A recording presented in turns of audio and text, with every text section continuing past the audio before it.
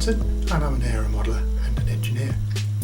Join me on a fascinating journey where I show you some of the techniques used in scale aeromodelling.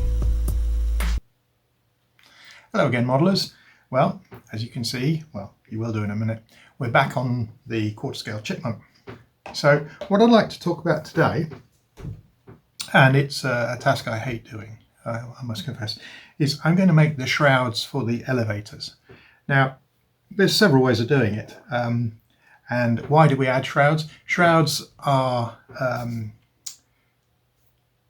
sections of sheeting that overlap the control surfaces slightly to close the gap between the trailing edge of either the wing or the tailplane or the rudder or the fin rather, so that your curved section, such as the curved leading edge of this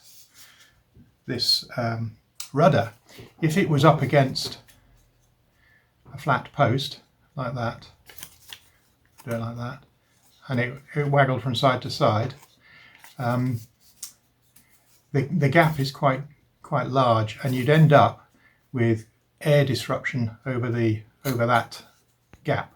So what we do is, if you can look from the end, is we, rather than having the it's very difficult to do, sorry, the section like that, so you've got this big gap. What we do, let me see if I can get it right, there we go. What we do is we add some sheeting to that flat section that extends towards the surface, and because it's curved, the gap stays constant, and you end up with a very small gap between the tailplane or the fin or the wing and the control surface, and it's much more aerodynamic and they're much more efficient. So what I'm going to do today is I'm going to add shrouds to the tailplane and to the elevators, and the way I like to do it is to route a channel in the trailing edge of the tailplane and then inset some 64th ply. But because this model is quite large, the width of the ply would be about 1/2 inch, and that's frankly that's just a bit too much. So what I'm going to do is I'm going to block out or build up the trailing edge of the tailplane slightly before I then add some 64th ply to bridge the gap between the trailing edge of the tailplane and the elevator surface. I think it'll all become clear in a little while when you see me actually doing it, but that's what I hope to achieve in this session. All right, enjoy. So here's the tailplane and elevator, and the distance we have between the tailplane and the elevator can be seen. I'm just going to take this side off because I'm really going to concentrate on this side.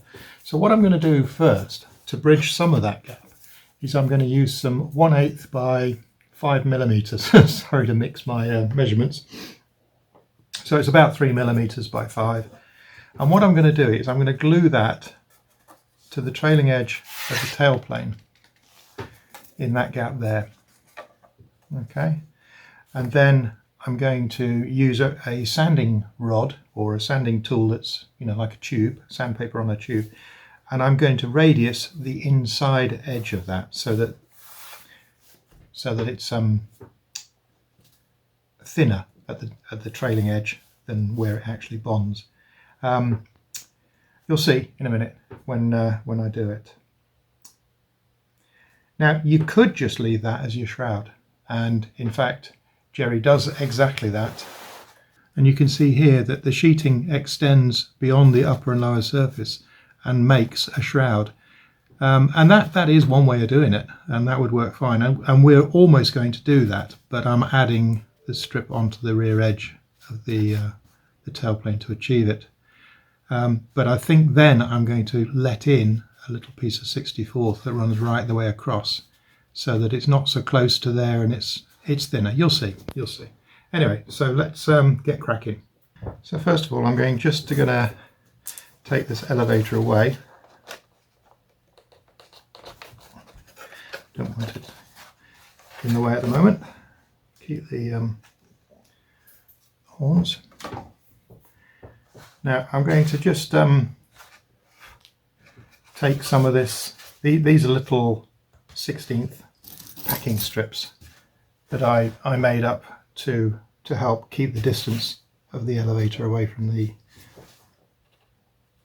stabilizer while I was sort of test fitting things.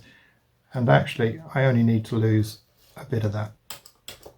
Sometimes scraping is better than cutting or sanding. Scraping with the blade vertical. Right, so there we're now okay. What I'm going to do is I'm going to glue this strip all the way along. My super glue decides to work. Typical, isn't it? When you have everything in your hands ready to go, that's when your super glue decides to clog. Right, take two. I'm actually going to do this edge first because I can see when I'm flush.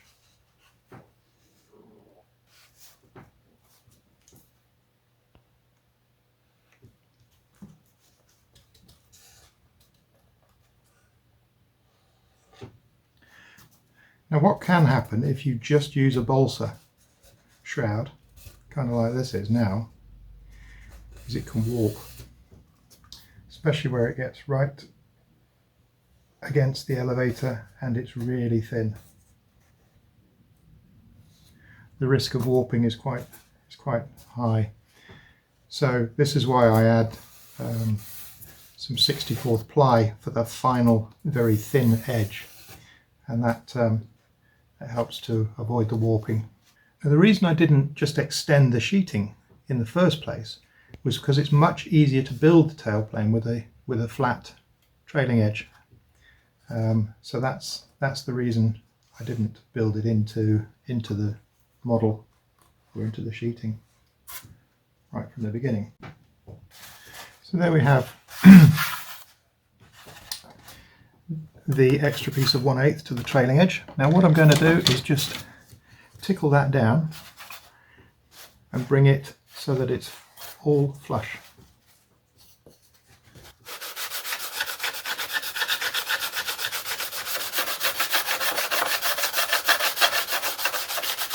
So there you can see we've added the 1/8 strip to the inside edge of that. Now what we need to do now is take a sanding tube or a piece of plastic with a sandpaper wrapped around it, running along this edge. So you do one side at a time. And what you're trying to do, the object of the exercise, is to take the edge off this edge, and then we'll do the other side and do that edge. So this sanding rod has to be slightly under the size of the gap. You might find you need to change to another rod at the tip, but actually it's probably going to work. Let's come down to the tip and show you the end. You'll see what we're aiming for. I don't know whether you can see that, but you can see we're creating a thin bit on the outside and we're thinning it down, and we're creating, I don't know what you call a valley or a channel. So I'm going to keep doing that, and I'll see if I can get that slightly better, and then I'll come back and show you the results. When you get a bit closer to where to the final finish, what you can do is you can put the surface onto the tailplane, or the aileron onto the wing, whatever. And what you can do is you can slip a piece of glass paper between the two surfaces, close them up, and run it along the edge, holding in this case, the elevator up against the tailplane, just to keep that gap tight.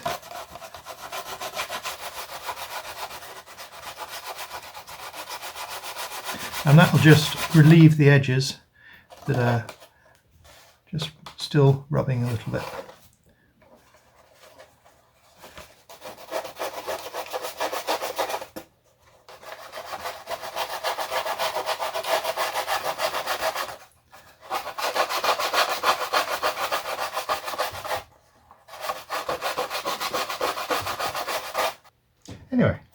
You just keep fettling till you get it right. Eventually, when you've finished fettling and sanding and taking it apart and sanding and what have you, I've ended up with about a good 3/16 there, maybe an 1/8 there, and you can see the section that it's created. Now that is, you could leave that exactly as that is, and that would be perfectly adequate, and I'm quite tempted actually. Normally I would now drop in a tiny little strip, a 1/4 inch wide, of 64th to close that up even further, and you just rebate a lip a 1/4 inch wide all the way along there, and then you drop your maybe slightly wider than 1/4 inch, 5/16 64th ply in there, and it'll just close that gap up another 1/16 of an inch without encroaching on the surface. So I think I will do that. I will do it. But this is how Jerry would have left it, like that. But that edge is very, very vulnerable. So with the 64th ply along the shroud, along the back, it'll make it much stronger. So that's what we'll do. I'll first of all do the other elevator and get it to the same point, and then we'll look at actually how we make the rebate and attaching the 64th ply. Well, forgive the mess, we're starting to turn the place into a tip again. I've been making a sanding jig. Okay, these are sanding jigs. This is one I made for doing the leading edges of a Hawker Fury biplane. So it's just some balsa bits. There's another one here for making little chamfers and stuff. And they're for making rebates. And the one I'm going to do for this is for the tailplane. And this is the tool I've made. As you can see, it's just 2 pieces of balsa. One's just a scrap of 1/16 on one side, and then just a piece of scrap block with some 120 grit paper glued to the edge of it. And the idea is, what this is going to do is, as I run it along here, it's going to sand a rebate that width, exactly the width of the sandpaper, in the trailing edge, and that is where the glass is just going to sit. The 64th ply is just going to sit. So I'll show you how this works. So at the moment it's perfectly smooth trailing edge. Put it up against the back of it, hold it flat.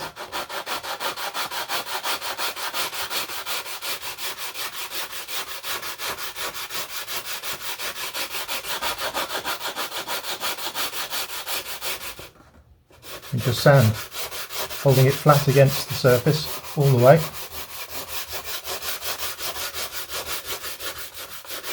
And keep going till it stops.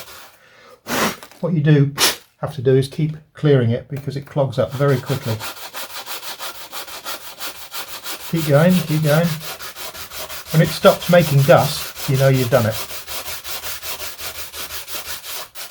And we're nearly there.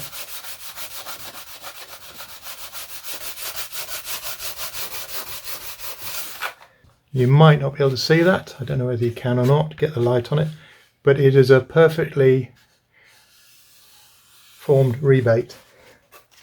And if I take a piece of 64th ply, you'll see that it fits into there beautifully, and it's nice and flush with the surface of the tailplane. Okay, and that's the idea. Right, so what we need to do is make this rebate on all 4 edges, and then we go and cut some 1/64th ply that'll be that wide plus whatever gap we want to close up. To get the measurements, I've just slipped the elevator half in, and what I'm going to do is measure off what I need on this side, and that is 7mm. I think I'm going to go with 5. So 7 meter wide, 5 millimeter wide, and then I'm going to go all the way to the halfway point. We have a lovely nice sheet of 64th, and I've taken some measurements. So this is how long a strip I need, and the distance at this end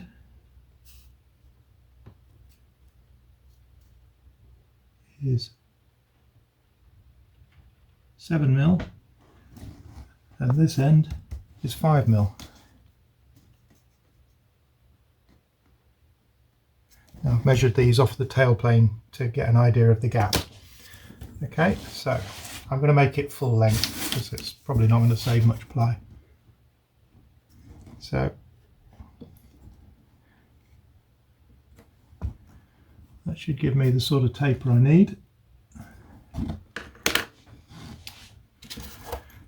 It's a fresh blade in the scalpel.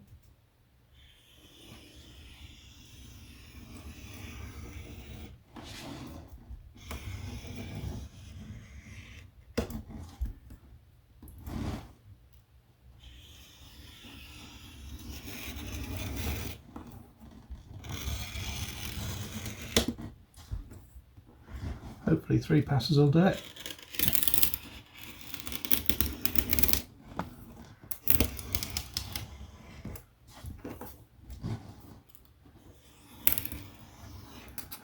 And there we have it.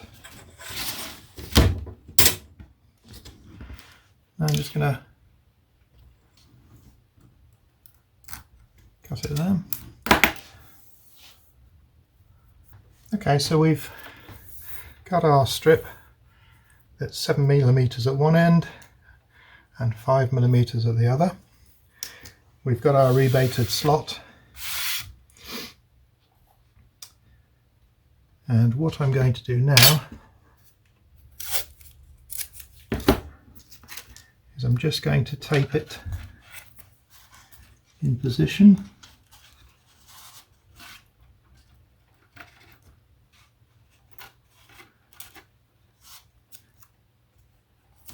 Neatly in the groove.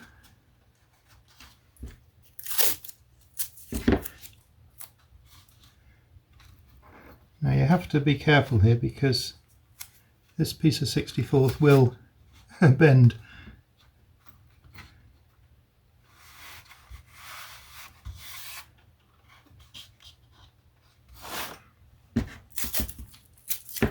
Now this tail plane should be on a soft surface really. Could easily get scratched.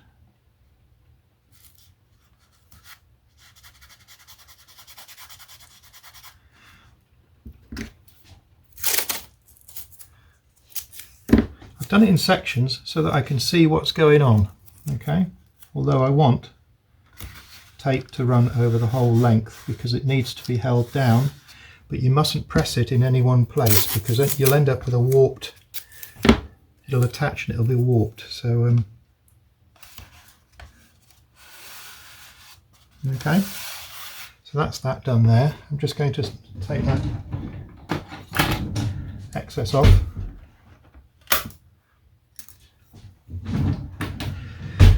Okay, so that's done.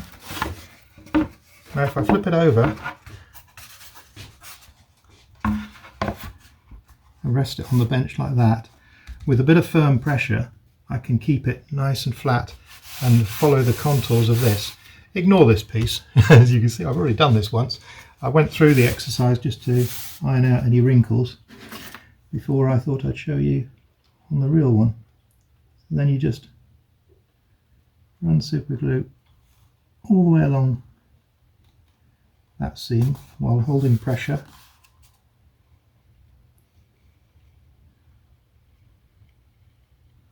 All the way to the end. Oops. And keep the pressure on it. This is a nice tailplane to do this because it's pretty flat. If you're doing something like a Spitfire tailplane, it's a little bit harder because it wants to wobble and rock and roll. But and there we go. That should do it. If we flip it back over, just run a hand along, make sure it looks good. And that is as straight as an arrow. In fact, both pieces are. But and if we take the tape off. I'll pull it back at 45 degrees. Do it that way, same as you would if you were removing tape, masking tape from a painted edge. Same technique. I can actually get hold of the edge.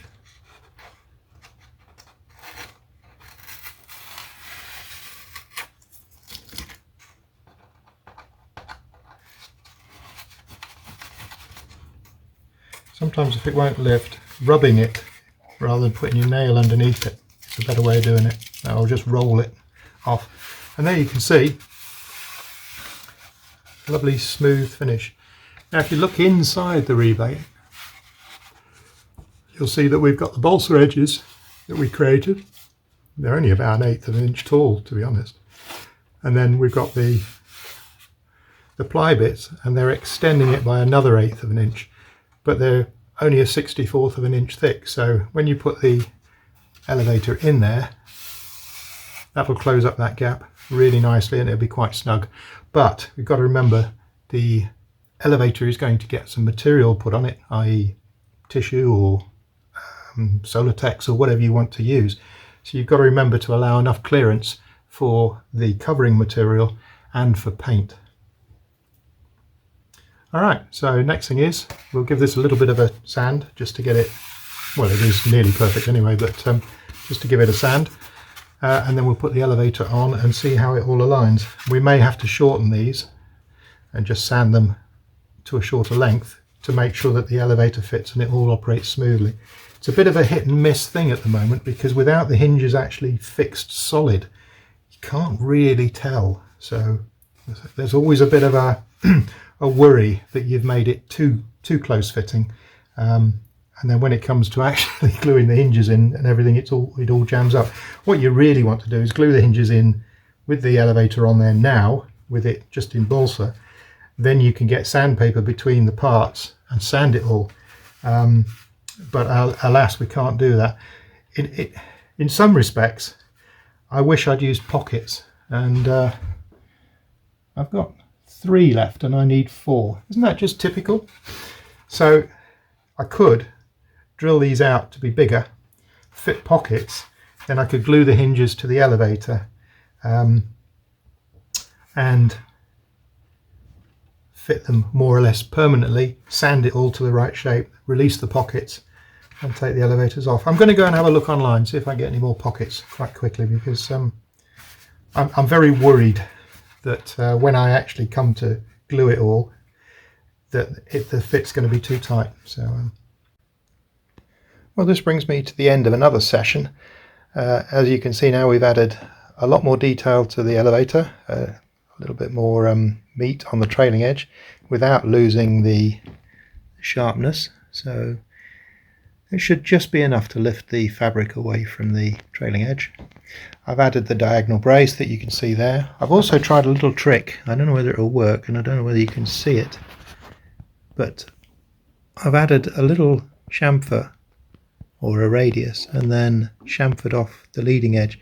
This is to try and simulate this aluminium section here wrapping round and a bit of a bracket over it. So that's what I'm trying to copy. Anyway, you can also see that the shroud is now fitted, and I've probably shown the worst one of the lot because there's a slight gap there where the ply just pulled away slightly. This was the first one I did before I realized it could do that. All the others, as you can see, are fine. I've actually made them narrower. I've sanded them back to give myself a little bit more clearance on the leading edge of the elevator. Hopefully that'll be enough. I've still got to add some packing in here for when the piano wire torque arm comes in, and I was going to put some block balsa over there, but actually this is quite structural because the entire torque of the elevators is going through this. So I think I'm actually going to use 2 pieces of thinnish, probably only 16th ply, that'll probably do it. 2 plates of 16th ply, one either side, epoxied on. I think that's going to be the safest way to do it. It needs to be a little bit stronger than just just balsa block. The hinge points, which are just balsa, it doesn't really matter. There's not the same sort of load on it, but there certainly is in these, so we'll make them a bit harder. So there you go. That's almost the tailplane. Now, while I think about what to move on to next, I might make the trim tab, which goes in here, possibly from balsa skinned in lithoplate. So I've not done any lithoplate work for a little while, so it might be a good chance to reacquaint myself with it. Anyway, that should probably do us. So if you've enjoyed the video, please click like and subscribe. See you on the next one.